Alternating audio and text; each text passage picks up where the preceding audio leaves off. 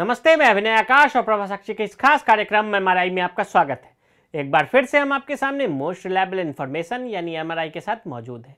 Asia और Europe के border पर एक भयानक जंग पिछले 1 महीने से चल रही है, लेकिन 29 दिनों से चल रही जंग के शांत होने की उम्मीद को तीसरी बार झटका लगा है। जमीन के छोटे से टुकड़े के लिए चले आ रहे जंग के बीच दोनों देशों ने युद्ध विराम लागू करने पर सहमति जताई और इसके कुछ ही घंटों बाद एक बार फिर से आर्मेनिया और अजरबैजान ने एक दूसरे पर उकसावे का इल्जाम लगाते हुए गोलीबारी की। आर्मेनिया और अजरबैजान दुनिया के नक्शे में 2 छोटे देश हैं, मगर इसमें एक तरफ से एक ईसाई देश आर्मेनिया है तो उसके ठीक सामने खड़ा है एक इस्लामिक मुल्क अजरबैजान। तुर्की और पाकिस्तान ने अजरबैजान की तरफ से लड़ने के लिए अपने कई जिहादी भेजे, इसलिए इसे 21वीं सदी का धर्म युद्ध कहा जा रहा है। अजरबैजान आर्मेनिया के बीच के युद्ध का इतिहास, भूगोल और पावर पॉलिटिक्स का आज एमआरआई स्कैन करेंगे। ये वो ठिकाना है जहां यूरोप और एशिया मिलते हैं। ठीक उसी मुहाने पर 2 देश, 2 सेनाएं, 2 सभ्यताएं युद्ध कर रही है। गोले बरस रहे हैं, बम गिराए जा रहे हैं, मल्टी बैरल रॉकेट हमला कर रहे हैं। 1991 के खाड़ी युद्ध के बाद ये पहला मौका है जब दुनिया में इतनी भयानक जंग हो रही है। बड़े बड़े हथियारों का इस्तेमाल हो रहा है, रिहायशी इलाके तबाह किए जा रहे हैं, बस्तियां उजाड़ी जा रही हैं। इस जंग में एक तरफ है ईसाई देश आर्मेनिया तो दूसरी तरफ है इस्लामिक मुल्क अजरबैजान। दोनों ही देश में 4400 वर्ग किलोमीटर जमीन के टुकड़े के लिए 1 सदी से भी ज्यादा वक्त से लड़ रहे हैं। जिस जमीन के छोटे से इलाके के लिए आर्मेनिया और अजरबैजान के बीच जंग हो रही है, उस इलाके का नाम है नागोर्नो काराबाख। महज 1.5 लाख आबादी वाले नागोर्नो काराबाख आज बड़ी ताकत के पर्दे के पीछे से होने वाले युद्ध का अखाड़ा बन गया है। नागोर्नो काराबाख का युद्ध क्यों? नागोर्नो काराबाख के इलाके की खूनी जंग दरअसल एक इलाके की लड़ाई है, 2 धर्मों के बीच युद्ध, अपना प्रभुत्व जमाने का संघर्ष, बड़ी ताकतों के बीच एक किस्म का प्रॉक्सी वॉर।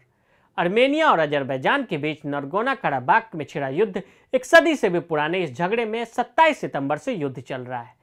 आइए जानते हैं नागोर्नो काराबाख के बारे में कुछ बातें। नागोर्नो काराबाख के 4400 वर्ग किलोमीटर यानी 1700 वर्ग मील का पहाड़ी इलाका है। पारंपरिक तौर पर यहाँ ईसाई, आर्मेनियाई और तुर्क मुसलमान रहते हैं। सोवियत संघ के विघटन से पहले ये एक स्वायत्त क्षेत्र बन गया था जो अजरबैजान का हिस्सा था।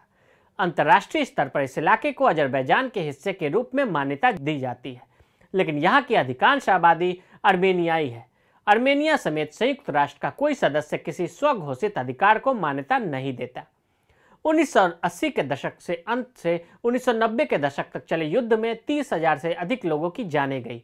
उस दौरान अलगाववादी ताकतों ने कुछ इलाकों पर कब्जा जमा लिया। उस दौरान अलगाववादी ताकतों ने नागोर्नो काराबाख के कुछ इलाकों पर कब्जा जमा लिया। 1994 में यहाँ युद्ध विराम की घोषणा हुई थी। उसके बाद भी यहाँ गतिरोध जारी है और अक्सर इस क्षेत्र में तनाव पैदा हो जाता है। 1994 में यहाँ युद्ध विराम हुआ, जिसके बाद यहाँ गतिरोध जारी है। तुर्की खुलकर अजरबैजान का समर्थन करता है। यहाँ रूस का एक सैन्य ठिकाना है। इस इलाके को लेकर 27 सितंबर 2020 को एक बार फिर अजरबैजान और आर्मेनिया के बीच जंग शुरू हो गई। तुर्की, पाकिस्तान, इजराइल है अजरबैजान के दोस्त। नागोर्नो काराबाख की जंग में तुर्की और उसके पिछलग्गू पाकिस्तान खुलकर अजरबैजान को समर्थन कर रहे हैं।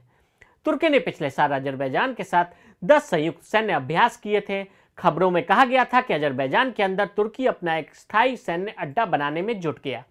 नागोर्नो काराबाख में जारी वर्तमान जंग में तुर्की खुलकर हथियारों की मदद कर रहा है। तुर्की के ड्रोन विमान आर्मेनिया में कहर ढा रहे हैं। आर्मेनिया का दावा है कि तुर्की ने अपने F-16 लड़ाकू विमान भी अजरबैजान को दिए।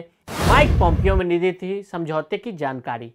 दोनों देशों के बीच समझौते के बाद ऐसा लगने लगा था कि युद्ध के बादल छटते नजर आ रहे हैं, जिसकी जानकारी अमेरिका के विदेश मंत्री माइक पोम्पियो ने देते हुए कहा था कि दोनों देश युद्ध विराम के लिए तैयार हो गए हैं। जिसके बाद अमेरिका समेत तीनों देशों ने संयुक्त बयान जारी कर आर्मेनिया के विदेश मंत्री जोहराब मात्रसाक्यान और अजरबैजान के विदेश मंत्री जिहुन बायरामोव आधी रात को युद्ध विराम द्वारा लागू करने और पालन करने के लिए प्रतिबद्ध है।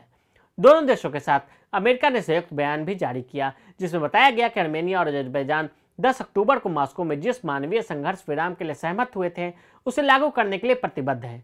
ज्यादा देर नहीं टिका समझौता। 10 अक्टूबर से लेकर अब तक 3 बार जंग बंदी का ऐलान हो चुका है, लेकिन तीनों बार हुआ कि कुछ ही घंटों बाद आर्मेनिया और अजरबैजान ने एक दूसरे पर फिर से हमले शुरू कर दिए। पहले भी दोनों देशों में संघर्ष विराम फेल हो चुका है। इससे पहले भी दोनों देश संघर्ष विराम के लिए राजी हो चुके हैं, लेकिन यह संघर्ष विराम 10 मिनट भी नहीं चल पाया था। इसके बाद दोनों देशों ने एक दूसरे पर गोलीबारी शुरू कर दी थी।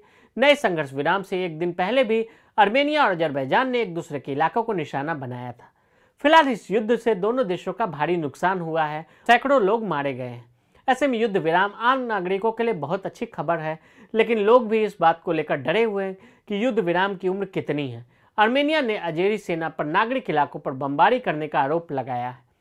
वहीं अजरबैजान ने आम लोगों को मारने के आरोपों से इनकार किया है और कहा है कि वह संघर्ष विराम लागू करने के लिए राजी हैं, लेकिन इसके लिए पहले आर्मेनियाई सेना को युद्ध स्थल छोड़कर जाना होगा। कुल मिलाकर कहें तो युद्ध वह आग है जिसमें मानव के लिए जीवन निर्वाह के साधन, पर्यावरण, साहित्यकारों का साहित्य, कलाकारों की कला, वैज्ञानिकों का विज्ञान, राजनीतिज्ञों की राजनीति और भूमि की उर्वरता भस्मासुत हो जाती है। शांति के लिए सब कुछ हो रहा है, ऐसा सुना जाता है। युद्ध भी शांति के लिए, स्पर्धा भी शांति के लिए, अशांति के लिए जितने बीज हैं वे सब शांति के लिए। यह वर्तमान विश्व नेतृत्व के मानसिक झुकाव की भयंकर भूल और त्रासदी है। बात चले विश्व शांति की और कार्य हो अशांति के, तो शांति कैसे संभव हो? विश्व शांति के लिए परमाणु बम आवश्यक है। यह घोषणा करने वालों ने यह नहीं सोचा कि यदि यह उनके शत्रु के पास होता तो। इसलिए युद्ध का समाधान असंदिग्ध रूप से शांति, अहिंसा, मैत्री है। कोई भी राष्ट्र कितना भी युद्ध करे, अंत में उसे समझौते के टेबल पर ही आना होता है। तो आज हमने अजरबैजान और आर्मेनिया की जंग, इसके पीछे की वजह और शांति के लिए बार बार असफल होते प्रयासों का पूरा विश्लेषण किया। आज के लिए दें इजाजत और ऐसी रिपोर्ट्स को देखने के लिए प्रभा साक्षी के साथ लगातार बने रहें। वीडियो को देखने के लिए फेसबुक और ट्विटर पर हमें फॉलो करें, यूट्यूब पर प्रभा साक्षी को सब्सक्राइब करें।